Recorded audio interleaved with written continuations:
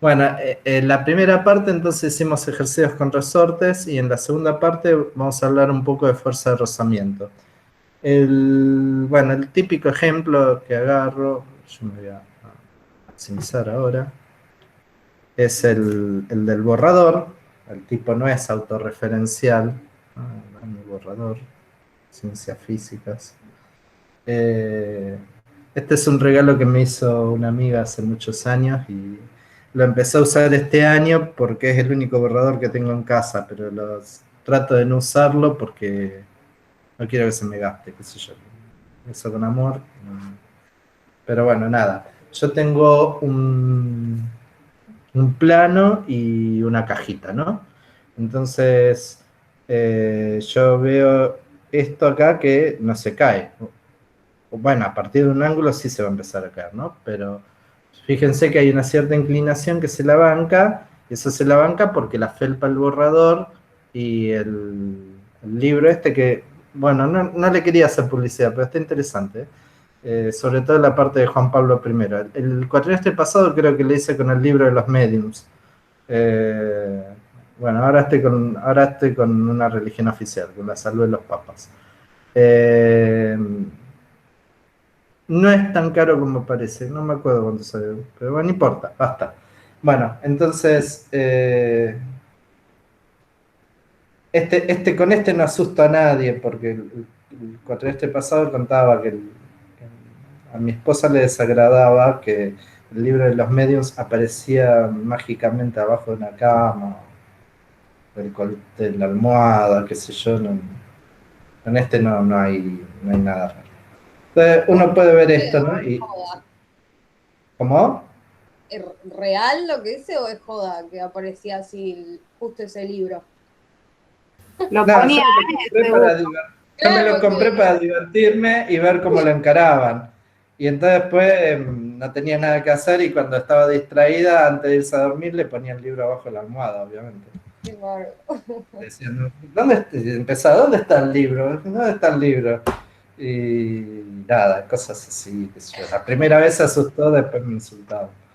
Eh, Bueno, nada, entonces, ¿por qué esto no se cae? Claramente porque roza con la tapa del libro y la felpa, pero sí, hay algún momento dado que el peso, la componente I del peso es tal que, vertical, ¿no? Componente vertical es tal que supera esa fuerza de rozamiento. Entonces, ¿qué es lo que está pasando detrás de ese fenómeno? Es el rozamiento. Eso ya todos ustedes lo saben de introducción a la física. No vamos a hacer problemas mucho más complicados de los que hacíamos en intro, pero sí quiero refrescar un poco todo esto. Entonces, si está horizontal, la fuerza de rozamiento es cero, ¿no? Eso está claro para todo el mundo, porque la única fuerza presente acá son dos. Una vertical para abajo aplicada en el centro de masa, que es el peso, debido al centro de la Tierra, y después una fuerza normal, perpendicular a la superficie, que la superficie le hace al borrador para que no se caiga. Esas son las dos únicas fuerzas aplicadas que tiene. O sea, tengo básicamente una cosa, no me va a salir, pero no sé si se entiende lo que quiero hacer. Pero tengo un dedo para abajo, que es la fuerza peso, y un dedo para arriba, que es la fuerza normal. Y son las dos únicas presentes. Y la fuerza de rozamiento es una fuerza, en este caso, horizontal. Si no, porque así es de apoyo. Entonces, lo único que tiene que ser es así. Eh, entonces, la fuerza de rozamiento tiene que aparecer por consecuencia de una fuerza que yo aplique. O sea, yo tengo que sacarlo del estado de reposo a esto y moverlo. Entonces quiere decir que la fuerza de rozamiento es una fuerza de reacción, como la del resorte, pero con una característica diferente, que no es restitutiva. Solo se opone al movimiento, en todo caso, no al movimiento, sino a las fuerzas de acción. No necesariamente forma un par de acción y reacción con mi dedo, no, para nada. Porque yo hago una fuerza así, pero el par de acción y reacción de mi dedo es como un dedo imaginario que apunta al revés. Y la fuerza de rozamiento del piso con el borrador, su par de acción y reacción está con la del borrador respecto al piso. Ojo, no cometan ese error conceptual. O sea, si yo puedo tomar un oral, me dedico a hacer ese tipo de preguntas y al final dura 5 minutos, para bien o para mal. O sea, ojo con eso, ¿no? O sea, bueno, no voy a hacer ahora campaña de terror. Pueden dar final tranquilos conmigo, pero digo, una manera fácil de ver si la gente sabe física o no es preguntando pares de acción y reacción. Y es sorprendente que la gente es un tema que le cuesta mucho. Incluso gente que ya se recibió que quiere ser docente. No voy a repetir anécdotas que ya conté otros cuatrimestres, sin nombres, pero errores, vicios que se conservan, que son llamativos a gente que logra recibirse profesor, que entonces quiere decir que no es un tema tan fácil y que merece que uno le haga una relectura constantemente. Bueno, entonces esto necesito una fuerza de acción que no es el par de acción y reacción, pero para poderlo sacar de su estado de movimiento. Claro, esto, si no hubiera fuerza, acá si esto no hubiera rozamiento, yo hago así, y esto después se mueve a velocidad, una vez que largue el dedo, se movería a velocidad constante por el resto de los tiempos. Pero no pasa eso. O sea, yo largo la fuerza y esto se queda quieto. ¿Por qué se queda quieto? Porque está rozando contra el piso, hay una fuerza que se opone y lo desacelera, y cuando se queda quieto es porque no solo la suma de fuerzas, la suma de fuerzas no da cero, hay una aceleración, pero cuando se detiene, el rozamiento además se apaga. ¿Se entiende lo que digo? O sea, esto yo lo largo y se frena. ¿Por qué se frena? Porque la suma de fuerzas no da cero, da m por a, una aceleración de frenado. Ahora, esa aceleración de frenado es un MRV básicamente, que en algún momento la velocidad va a dar cero, pero en el momento en que la velocidad da cero, la fuerza de rozamiento se apaga. Entonces, se me apagó la fuerza de rozamiento, se me apagó la velocidad, se vuelve a quedar quieto. ¿Estamos claros hasta ahí?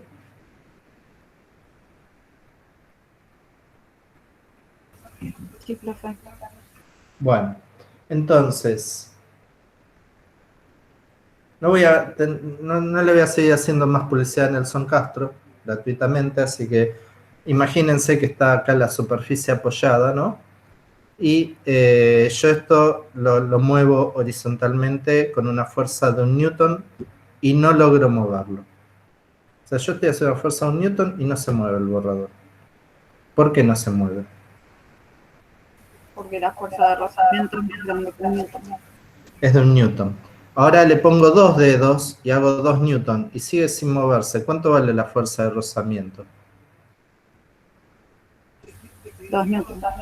2 newton. O sea, y puedo seguir aumentando la fuerza hasta que en algún momento lo logro mover. Pero mientras no lo muevo, la fuerza de rozamiento es igual a la resultante de todas las fuerzas de acción que yo hago. Tenía un solo dedo con 1 newton, la fuerza de rozamiento era 1 newton. 2 dedos, 2 newton, la resultante es 2 newton. Lo mantenía quieto. Si ya con 3 newton lo moví, ahí superé un umbral. O sea que la fuerza de rozamiento puede variar de una manera desconocida o conocida a través de un vínculo indirecto, que es el dedo que yo estoy sumándole. Pero no hay una fórmula para describirlo hasta ese momento. No es mu por la normal. Es la fuerza tal que me equilibra todo, hasta que llega a un tope. Ese tope es la fuerza máxima de rozamiento que puedo hacer sin moverlo. Ese tope es mu estático por la normal. Pero es una cota máxima. Mientras está quieto, la fuerza de rozamiento estática es menor o igual que mu estática por la normal. Si chantan la igualdad de una, está mal, a menos que les digan que es la fuerza de rozamiento estática máxima. ¿Está claro eso? Profe, repita otra vez porque ese error siempre lo caigo como un chorlito yo. Ok. La fuerza de rozamiento, mientras se mantiene quieto, hay dos situaciones. Vos podés ir aumentando la fuerza y no se mueve. Entonces quiere decir que la fuerza de rozamiento estática es la fuerza que vos le estás aplicando, es la resultante de fuerzas que vos estás aplicando. Y eso es así hasta que llega a un tope. Hay una fuerza a partir del cual lográs mover el borrador. Ese tope es la fuerza de rozamiento estática máxima. Y eso empíricamente es mu estático por la normal. ¿Sí? Dicho Sí, de otro sí. modo, en la situación estática, la fuerza de rozamiento estática es menor o igual a mu estático por la normal. Y ojo que la normal no es el peso, es lo que debe hacer. De hecho, en los problemas que resolvimos en la primera parte de resortes, no dio el peso en ninguno de los dos casos. En el primero dio el peso por la tangente del ángulo, pero en los otros dos no, dio otra cosa. Un balance entre el peso y la fuerza del resorte. Profe, ¿Está entonces bien? la fuerza estática máxima es justo antes de que empiece a moverse. Es justo antes, es en el límite, es un límite matemático de medida cero, porque es un puntito, o sea, que es muy difícil lograrlo experimentalmente. O sea, siempre vas a estar un cachito antes o un cachito después, pero no justo en el caso del mu estático por la normal.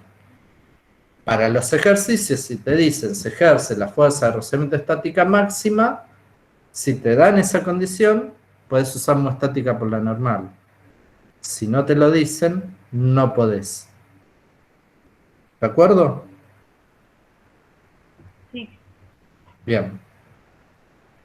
El otro ejemplo que siempre suelo usar es, no sé, quiero mover un ropero o quiero mover un mueble pesado. ¿No? Les habrá pasado, ¿no? O sea, imagínense la situación, ¿no? Quieren mover no sé, una biblioteca llena de libros, qué sé yo. Al principio cuesta un montón y no lo mueven, ¿no? O sea, me imagino que todos alguna vez hemos movido un mueble pesado o empujado un auto. Al principio uno empuja y no pasa nada.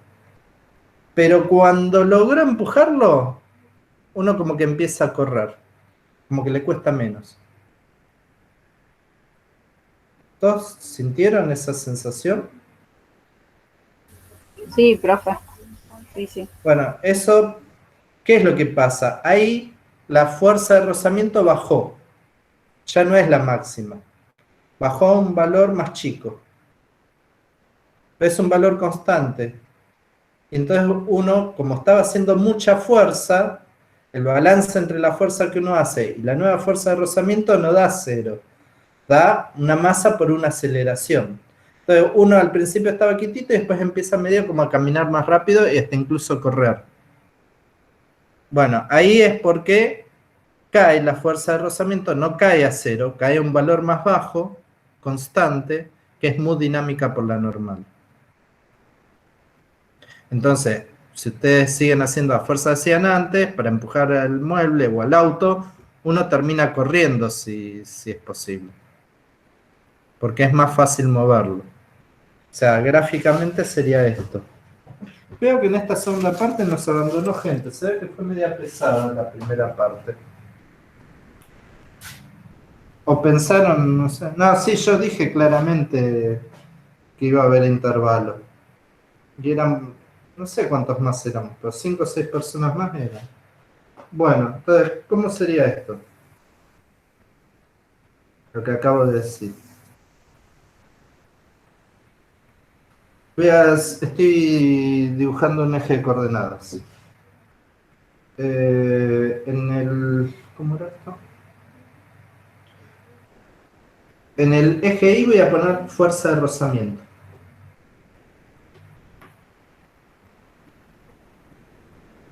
No voy a aclarar si es estática o dinámica. Y en el eje X voy a poner fuerza aplicada. Entonces, ¿qué les dije? Si esto está quieto y nadie hace fuerza, y si la fuerza aplicada es 0, la fuerza de rozamiento también es 0. O sea, sería algo así, ¿no? Ahora les dije, si hago un newton de fuerza y se queda quieto, es porque la fuerza de rozamiento es de un newton. Voy a decir algo a 45 grados. Si hago 2, será 2. Entonces aumenta proporcionalmente a la fuerza aplicada. Bueno, esto debería haber sido a 45 grados, ¿no? A igual fuerza aplicada, igual fuerza de rozamiento. Y es así, así, así hasta que llegué a un máximo. Una vez que llegué a ese máximo, ese es lo que llamamos mu estático por la normal. Hasta ahí yo puedo hacer fuerza sin que se mueva el borrador. Toda esta región es la región de la fuerza de rozamiento estática.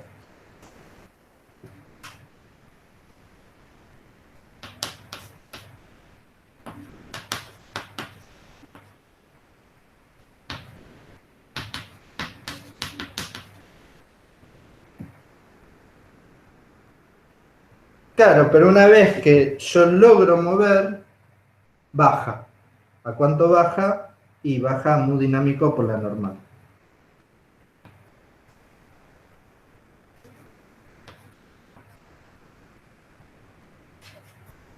A ver si se entiende. El eje X es la fuerza que yo hago y el eje Y es la fuerza de rozamiento. Entonces, mientras se mantiene quieto, la fuerza de rozamiento y la aplicada son iguales.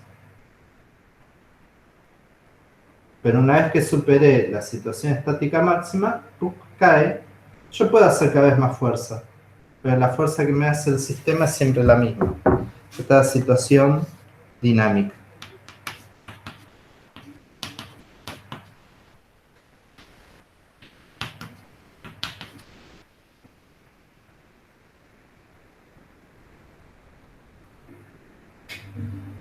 ¿Sí? Entonces, si el móvil se mueve, valga la redundancia, es mu dinámica por la normal. Ahora, en el momento en que se detenga, ¿qué pasa con la fuerza de rozamiento?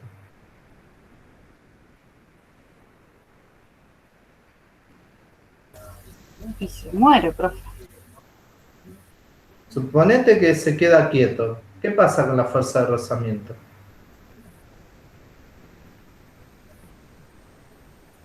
Hasta acá me entendieron esto, ¿no? ¿Quedó claro? Sí, pero una vez que se queda quieto, no está más la fuerza de rozamiento. Una vez que se queda quieto, claro, hay que ver si hay fuerza aplicada o no. Si se queda quieto y no hay fuerza aplicada, la fuerza de rozamiento vale 0. Sí. Ahora, si yo le hago una fuerza y se quedó quieto en ese momento, ¿en qué situación voy a estar? ¿En la estática o en la dinámica? En la estática. ¿Eh? Es igual a la fuerza aplicada. En la estática, por lo que En la dijo, y es igual a la estática, fuerza claro. O sea, el comportamiento del sistema no es una fórmula directa. O sea, si esto se vuelve a quedar quieto, para poderlo mover, tengo que superar esta fuerza. Si esto se queda quieto por alguna razón, para que se vuelva a mover, tengo que hacer una fuerza mayor que esta. Si hago una fuerza que esté por acá, muy grande, no lo voy a lograr mover, porque no superemos estático por la normal. ¿Se entendió?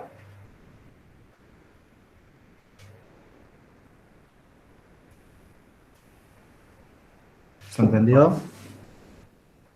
Estoy mirando con cara de malo. Sí, pero ¿Seguro se entendió? Sí. Ahí está. Bueno, entonces, ¿eso por qué es? Bueno, no hay una explicación muy elegante. Es una explicación empírica, pero está bien, es una materia dedicada a una ciencia natural. Tampoco podemos pedirles demostraciones matemáticas acabadas. Entonces, la imagen que yo tengo es la siguiente, que es la que contamos todos siempre. O sea, la situación estática, ¿no? Cuando uno tiene la cajita o el borrador en la superficie horizontal, lo que uno se imagina si mira con lupa es que en realidad, ¿no? O sea, hago como un zoom, dibujo que nunca se hizo. En realidad, si uno mira con lupa, el borrador no es una línea horizontal perfecta, tiene una rugosidad. Y lo mismo el libro de Nelson Castro. Si uno mira de lejos, sí es suavecito, pero si uno lo toca, es un poquito áspero. Y si empieza a hacer zoom, zoom, zoom, esto es medio como una superficie irregular. Entonces, uno que tiene es algo así.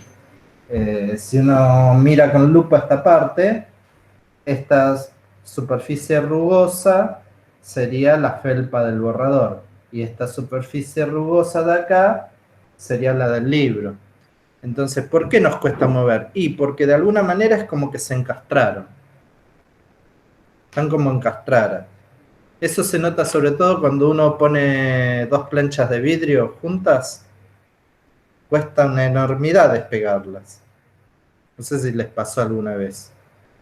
O sea, si van al vidriero y piden dos planchas de vidrio... Pasa, profe. ¿Cómo? Si pones un vaso adentro del otro, después te cuesta un montón sacar. Tal cual. ¿Por qué? Porque ahí es una cuestión un poco complicada la que sucede. Por un lado hay como un encastre mecánico, pero por el otro lado también hay un encastre químico y eléctrico. Es como una unión, no sé. Yo me imagino como que los electrones de superficie es como que se empiezan a confundir y como que no saben en cuál de los dos vasos están. No sé si es la mejor imagen. Y no está bueno que esto lo diga en un video grabado, pero es como que no saben a quién pertenecen. Y eso hace como una fuerza de enlace muy grande. Y eso cuesta mucho separarlo. Es el ejemplo que en otros cuatrimestres yo doy, que agarro dos carpetas o dos guías de teléfono y pongo hojita con hojita. Cada hojita Sí, lo hicimos, profe. Sí, está bien. Pero los que están cursando por primera vez conmigo... Contalo, está buenísimo. Uno pueden hacerlo en su casa, ¿no? Agarran dos carpetas, ponen una hoja con otra. Yo no lo voy a hacer ahora, pues las carpetas que tengo son de 80 páginas, voy a estar 10 minutos, pero juntan una hoja con otra. Entonces, les queda un carpetón así. Traten de separarlo. No van a poder. Y tengan cuidado, si no quieren romper la carpeta, de tirar muy fuerte, pues lo que probablemente logren si juntan, no sé, dos carpetas. O sea, lo que yo digo, lo hago con dos hojas y nada más. O sea, tengo dos carpetas, las dos materias que doy en este momento, mecánica elemental y mecánica clásica. Entonces, agarro y lo que hago es hoja 1 con hoja 1 y las voy mezclando. Hoja 2 con hoja 2, así, ¿no? Hoja 2, así, las voy mezclando. Y después de un rato tengo las dos carpetas fusionadas, como si fuera un mazo de cartas. No se puede separar. Tienen que hacer una fuerza infinitamente grande. Pueden hacer un juego con sus hijos, usen carpetas que si se rompen no pasa nada, ¿no? Pueden jugar con sus hijos de unir dos carpetas de 80 hojas cada una y hagan una cinchada. O sea, ustedes se ponen de un lado y sus hijos del otro. O ustedes con su esposo o con su esposa y sus hijos o los vecinos, con el barbijo, por supuesto, no todo, y tiren. 4 o 5 personas no lo van a poder separar. De hecho, en una época lo hacíamos con guías de teléfono en Exactas, y entonces poníamos un soporte metálico en el lomo para que no se rompa el lomo. Entonces lo atábamos a un palo y del otro lado estaban 20 pibes tratando de separar haciendo hinchadas las carpetas y no podían. Eso es la fuerza de rozamiento. Y hay un mecanismo microscópico que es desconocido o conocido a medias, o sea, es conocido empíricamente, pero explicado más o menos. Algunos dicen es que como que las normales se suman exponencialmente y que como que se multiplica el efecto. Otros que lo miran más por un lado eléctrico, otros miran por... Puede ser que esté resuelto en algún lado, pero es un problema medio abierto de la física. Pero es lo que el otro día les contaba. ¿Cómo se hacen las sogas de los muelles? Vos agarras un hilito de cáñamo que tiene 1 milímetro, lo envolvés con otro y formás una soguita. Y están unidos ni con moco, o sea, están uno enroscado con el otro. Y eso te sostiene un barco en un muelle. O sea, eso para que se den idea de lo poderosa que es la fuerza de rozamiento y lo poco entendida que está.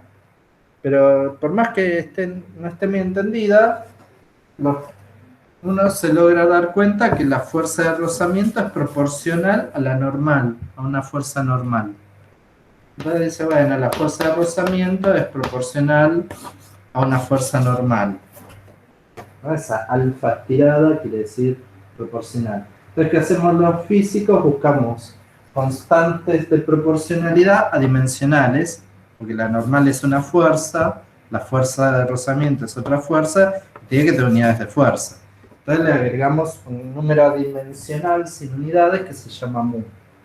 Entonces, para el caso estático esta mu es como una U con patita, suena como el mugido de una vaca, mu, así corto, es mu con una E, la situación estática máxima, y mu sub D, o C, algunos le ponen, de dinámica o cinemática, la situación de movimiento.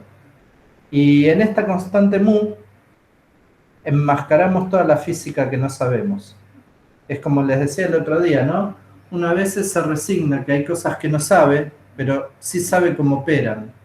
Entonces, por más que no sabemos bien qué física hay detrás de la letra mu, que tan simpática e inocente parece ir multiplicando, no sabemos bien cuál es la física que está detrás. Hay una física microscópica que macroscópicamente lo simbolizo con la letra mu.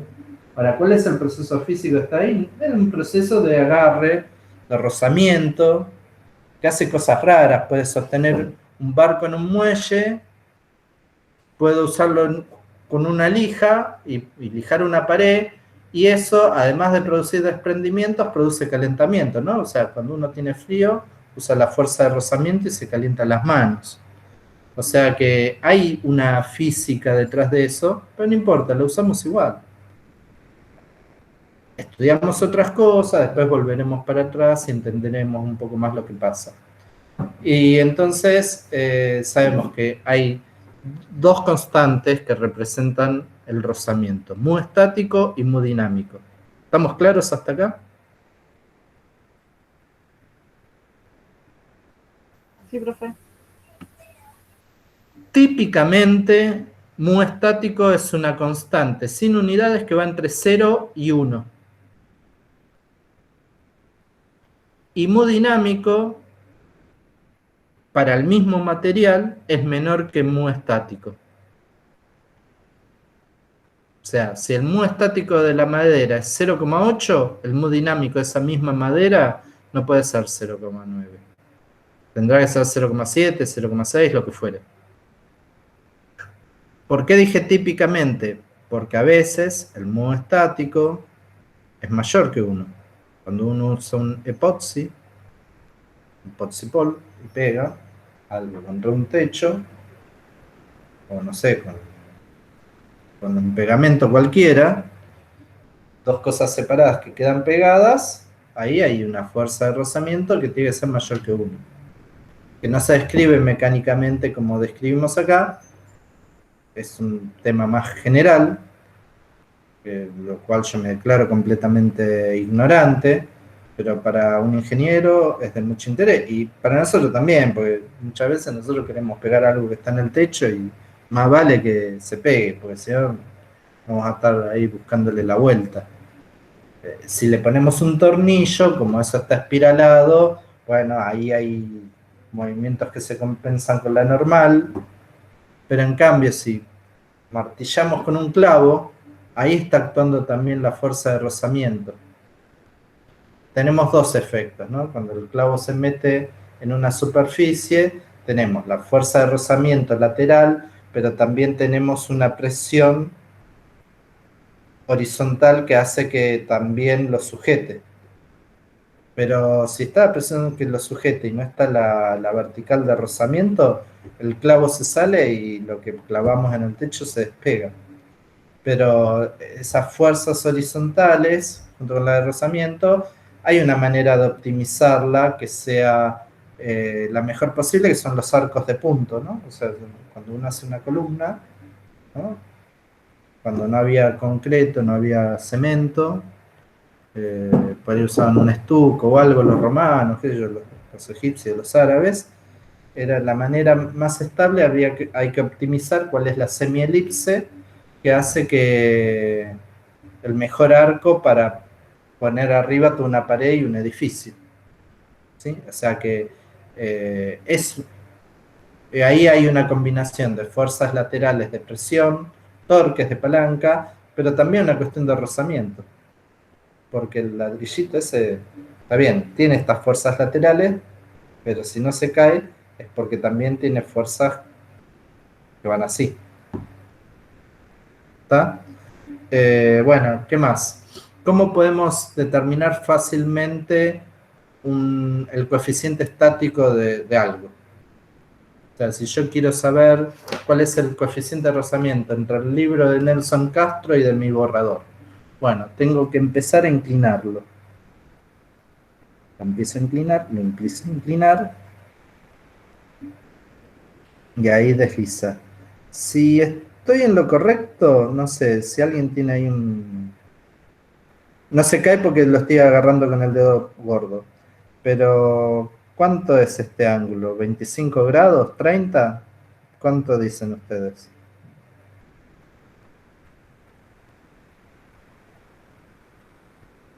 Tomen la horizontal, la parte inferior de la pantalla, ¿no?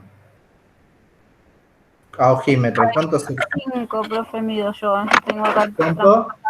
35. ¿35 grados? 35. ¿35 estás con un transportador midiéndolo? Sí. Buenísimo. Entonces quiere decir que el mu estático entre el libro de Nelson Castro y mi borrador es tangente de 35 el mu estático. ¿Vieron qué rápido sale? Es una pavada.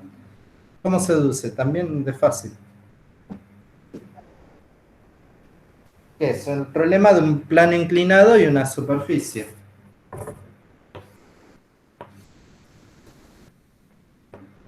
Tengo la fuerza peso, la fuerza normal y la fuerza de rozamiento estática. Justo en el ángulo que empieza a cambiar, ¿no? Entonces, ese es el ángulo crítico. Entonces, la fuerza de rozamiento que tengo es la máxima. Esta es la situación. Tengo tres fuerzas.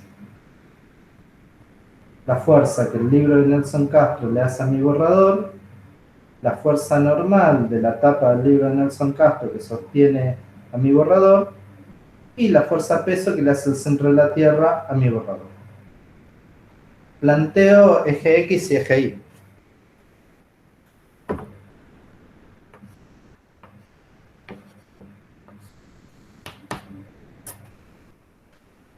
O sea, los habituales. Y vertical, X horizontal. Entonces, no, Vamos a hacer los que hacemos siempre en Introducción a la Física. ¿Cuáles son los que hacemos siempre en Introducción a la Física? ¿Ese o el otro? ¿Qué hablas de los ejes, profe? Sí, ¿cuáles sean los que usualmente hacemos? X positivo que acompaña el movimiento. Vale, vale. Claro, que acompaña el movimiento o solidario al movimiento. ¿Ves?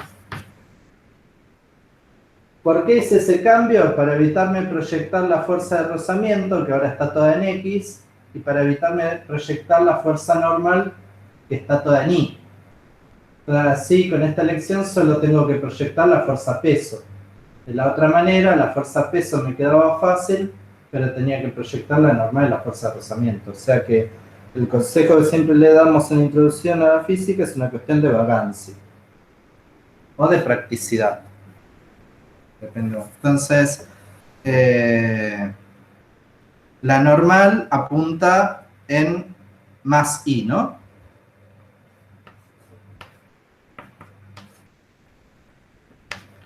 La fuerza de rozamiento estática apunta en...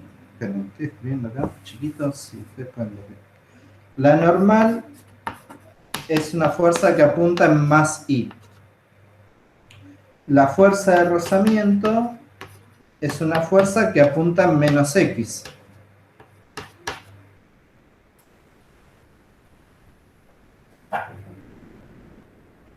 ¿Sí? ¿Lo ven? Sí, profe. Y la fuerza peso tiene una componente en X y una componente en Y. ¿La componente en X es positiva o negativa?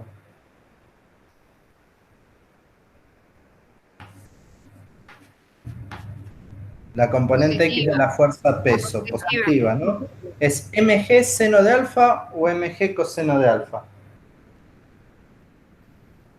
Y les tengo que dibujar quién es alfa, ¿no?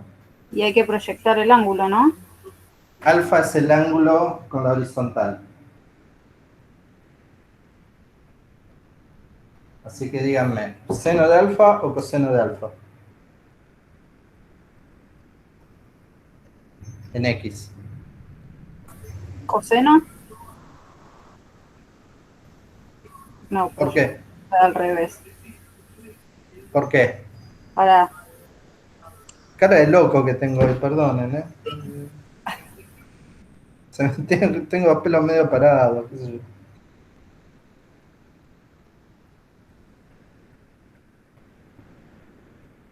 Bueno, estas son las partes que tienen que estar Adyacente, cancheros. profe. Si es mg seno Adyacente y hipotenusa. o mg coseno de alfa. Con la elección que yo hice, en X coseno. es coseno. Para mí es coseno, profe. Para vos es coseno. Sí, es coseno, adyacente y hipotenusa. Si alfa vale 0, mg coseno de 0, ¿cuánto da?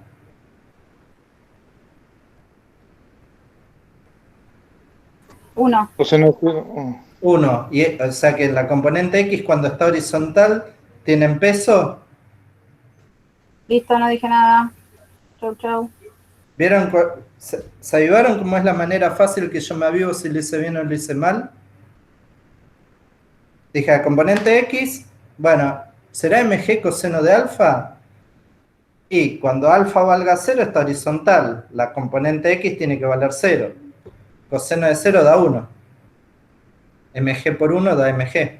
¿Puedo tener componente X del peso?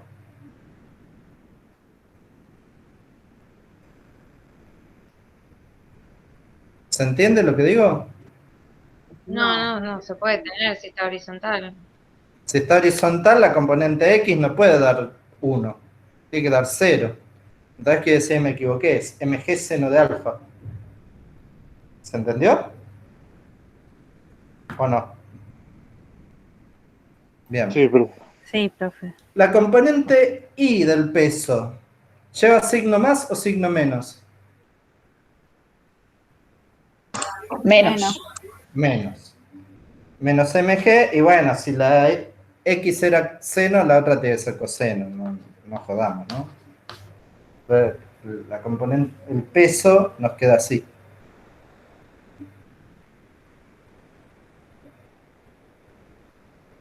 Bueno, ¿y ahora qué es lo que pasa? Tengo que borrar algo, voy a borrar el dibujito. Pero antes de borrar el dibujito, ¿se acuerdan, no? Tengo 3 fuerzas presentes. Normal, peso y fuerza de rozamiento.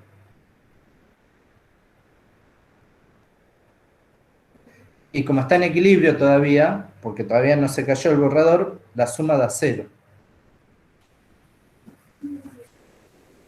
O sea que la normal como vector más la fuerza de rozamiento estática máxima como vector más la fuerza peso como vector me tienen que dar 0. Y ahora descompongo en X y en Y. En el eje X que elegí, solo tengo fuerza de rozamiento estática, que apunta hacia arriba. O sea, eje X negativo.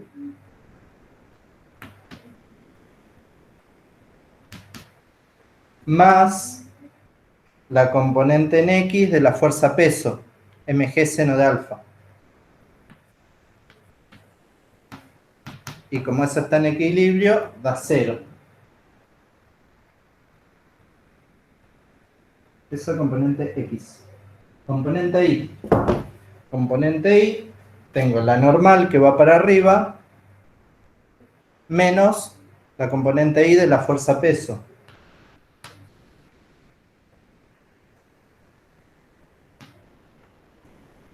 Y está en equilibrio, o sea, tiene que dar 0. ¿Vamos bien hasta acá? Sí, profe. Ahora, cuando estamos en la situación de fuerza de rozamiento estático máxima, ¿cuánto vale la fuerza de rozamiento estático máxima?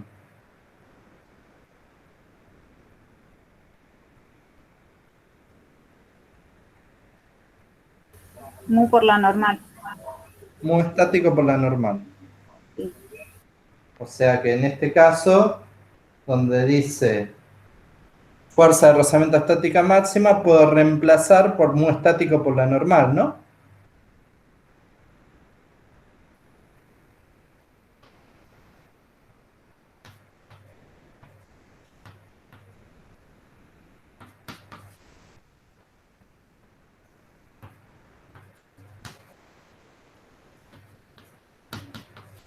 O sea que las dos ecuaciones me quedan así. Alfa es lo que me dijeron ustedes, 35 grados. La masa del borrador no la sé. Conozco el valor de la gravedad.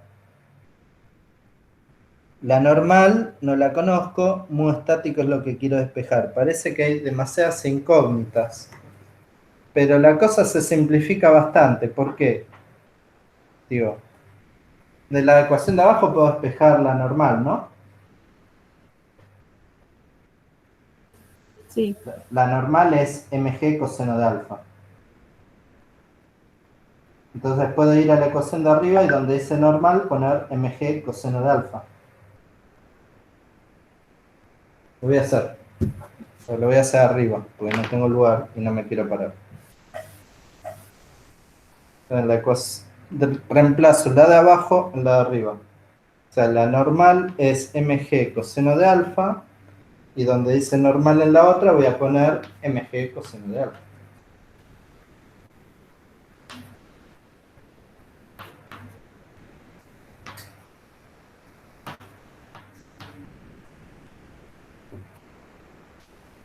¿Sí? Fíjense. Normal es mg coseno de alfa, lo reemplazo en la de arriba, me queda mu estático. Menos mu estático, mg coseno de alfa más mg seno de alfa. ¿Quiénes se repiten acá? En los dos términos. MG. mg. O sea que no me importa cuánta masa tiene el objeto y no me importa en qué planeta está. Lo puedo simplificar. O sea, me queda que menos mu estático coseno de alfa más seno de alfa es igual a 0.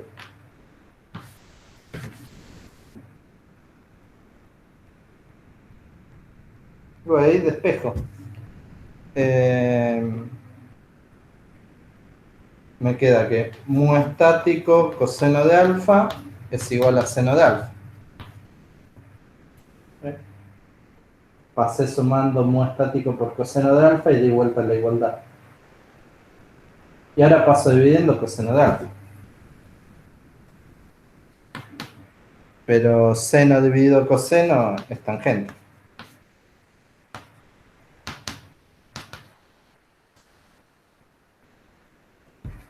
Entonces, el mu estático entre el libro de Nelson Castro y mi borrador es tangente de 35. Y eso me va a dar un número.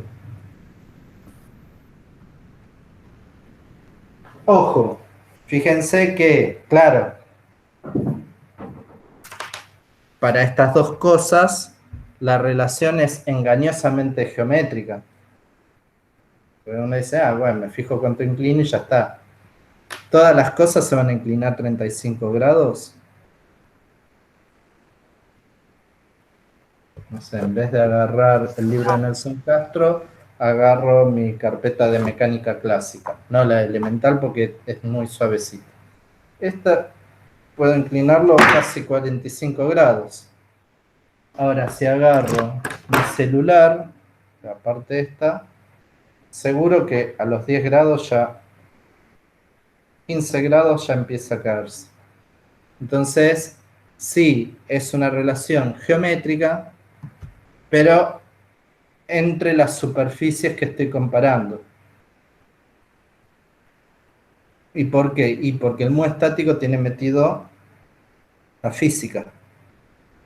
Pero a pesar de ello, para dos superficies determinadas, la relación es geométrica. ¿Estamos claros?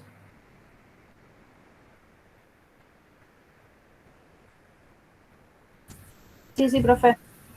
Bueno, yo no tengo preparado ejercicios complicados a mano. Creo que tengo uno hecho por ahí, que creo que lo tengo en el Moodle. No está visible todavía para ustedes, después lo pondré visible, que es un plano inclinado, no me acuerdo, creo que con dos cajitas. Una cajita A acá y otra cajita B acá. Entonces les hacía analizar los dos casos, cuando la cajita de arriba era la más pesada y cuando era más pesada la de abajo. Creo que era ese. Lo busco y se los dejo después para que lo miren, para que lo analicen tranquilos y listo. Profe, ¿probó usar la pizarra HAM que ofrece Meet en los 3 puntos de abajo de pantalla a la derecha? Eso es para que escriba. Sí, una vez lo probé, pero parece que soy Hawkins escribiendo, entonces prefiero Hawkins, no, Hawking. Así que no, que me queda horrible la letra. Ahí estoy viendo a ver si podemos comprar esas tabletitas que uno puede escribir bien. Pero bueno, nada. Así que dejo de grabar y hago algunas cosas más.